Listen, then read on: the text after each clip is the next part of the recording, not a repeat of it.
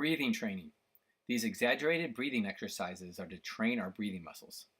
They are the thigh grasp, belly breathing, and balloon breathing. Focus is to train the diaphragm and core muscles to be the predominant driver of breathing rather than our neck and shoulder muscles. Thigh grasp breathing is a method of assessment that I developed to help distinguish how much of your breathing is due to your diaphragm, how much of your breathing is due to the chest and neck muscles that you use. Ideally, under normal resting breathing conditions, the majority of our inhalation is generated from our diaphragm contraction. If you're taking a deeper inhalation, the first 50 to 60% should be from the diaphragm, and as you get further into your inhalation, your chest wall muscles and your neck muscles begin to assist. So now gently, deeply inhale through your nose and out your mouth several times. Appreciate how much effort this takes.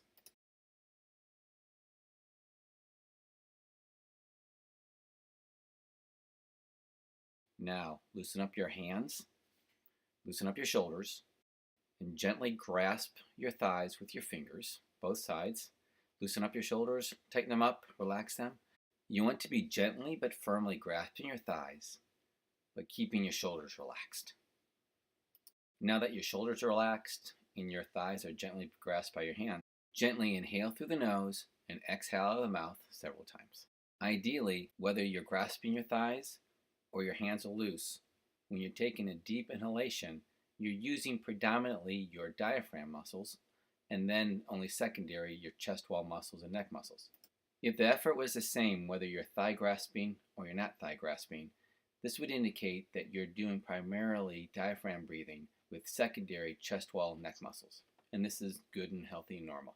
If you found thigh grasping to actually increase the effort it took for you to breathe, this would suggest we need to work on our breathing exercises. The nice thing is, thigh grasping is a breathing exercise that helps improve both your core strength and your diaphragm breathing. So, do 10 thigh grasping breathings every hour. This method of belly breathing monitors your abdominal movement along with your chest wall movement. This deliberate method of breathing is also another way of improving your breathing muscles. Please see my video in more detail of how this is done. Balloon breathing.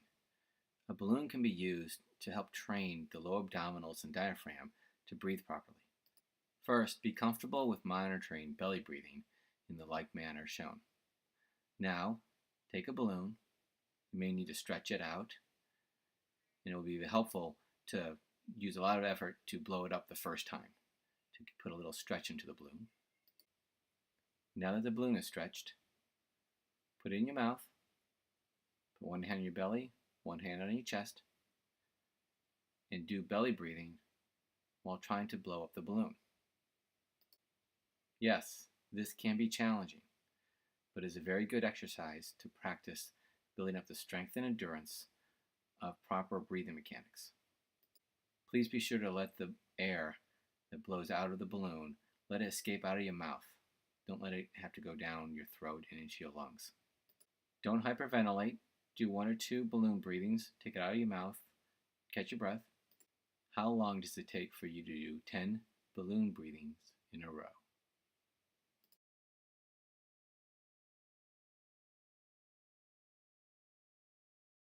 Posture training requires exaggerated muscle movements to train our posture muscles. This includes tightening your buttocks as well as holding your yarn, tripod standing, shoulder rolls, chin tucks, breathing properly while holding this exaggerated posture, and several wall exercises. I discussed tripod standing in more detail in my ankle foot video, but here's a quick review. From this perspective, we generally land when we walk with this portion of our heel predominantly. Then the forces move from the lateral posterior aspect of the foot and move forward towards the great toe.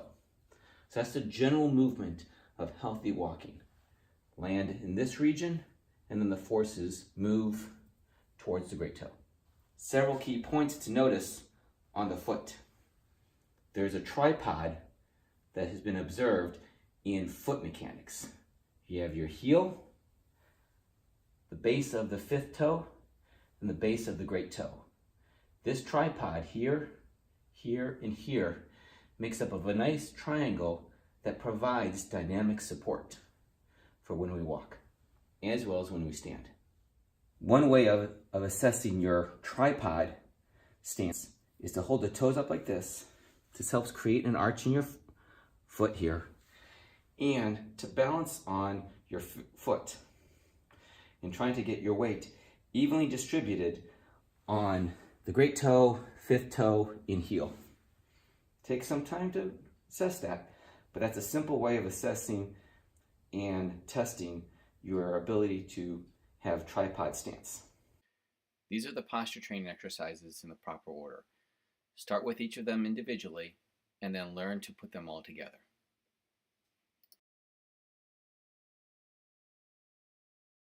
Butt tightening and hold the urine. It's exactly what it says.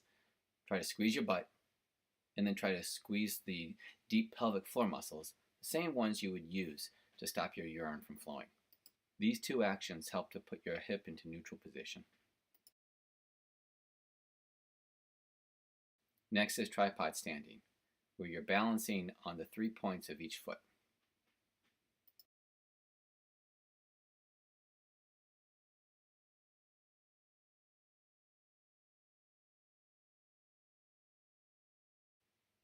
Shoulder rolls, you turn your shoulders inward, outward, inward again, outward, then find a neutral position, keeping your hands open towards the front. Then finally, it's chin tucks, where you push your chin out, pull back in.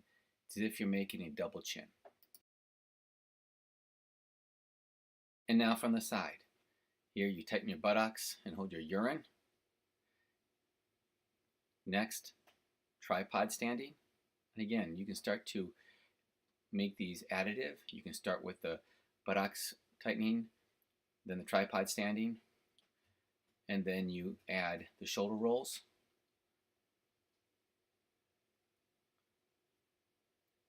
And then you add the chin tucks.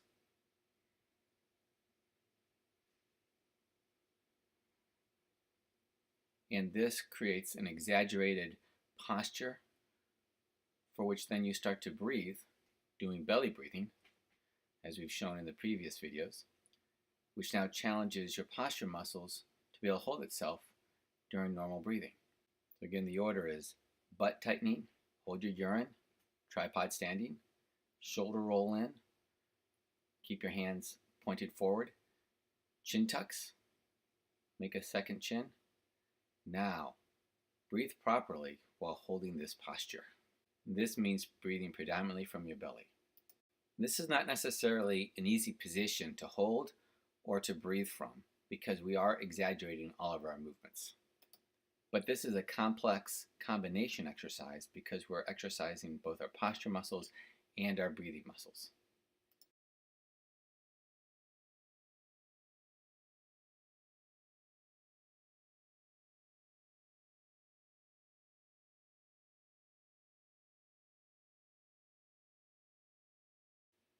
Stand up against the wall, place your heels or your mid-calf against the wall, whichever one you can touch. Then place your back of your hips against the wall. Lay your shoulder blades against the wall and the back of your head. Do the best that you can to put your heels, the back of your hips, your shoulder blades, and the back of your head against the wall. Now, try to do some belly breathing. Do this for 5 to 10 breaths. As demonstrated in my instructional video on belly breathing, you can place one hand on your sternum and one hand on your belly so that you can monitor that your belly is moving out before your chest wall rises.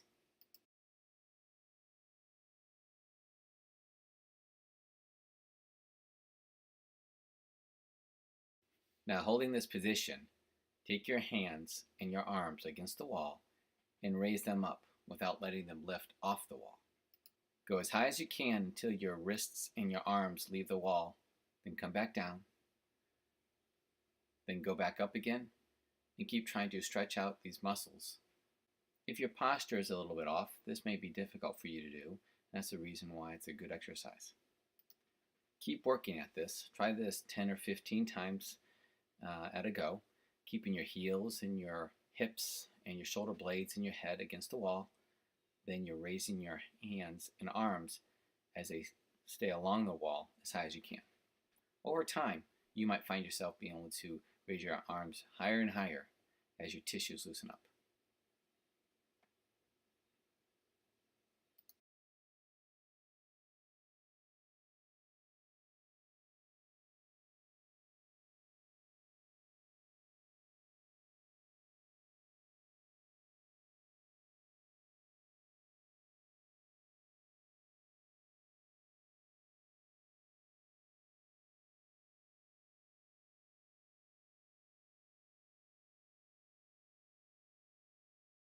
Balance training incorporates proper breathing, posture, and tripod standing to improve your balance.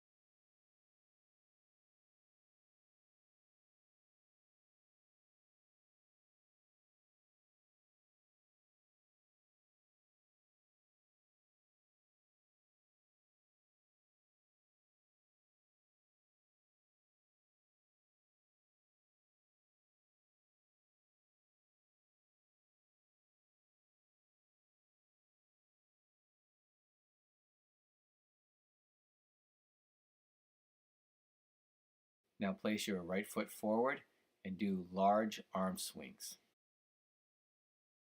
Now switch to full body swings. Now pull your right hand back, left hand forward, and start do stationary walking. Swing your right foot forward, let it touch the front floor, then come on back as if you're walking. Now can you transition to keep swinging the left leg and not have it touch the floor? Requires a lot of balance. Now left foot forward, right foot back, start doing large arm swings. Now transition into body swings. Now bring your left hand back, right hand forward, and as if beginning to walk, swing your right foot forward to touch the floor and bring it back. Now proceed to swing the right leg without touching the floor. Now do some simple bouncing, raising your heels off the floor a few times and then rest. Now do continuous heel raises, letting your arms be as loose as possible.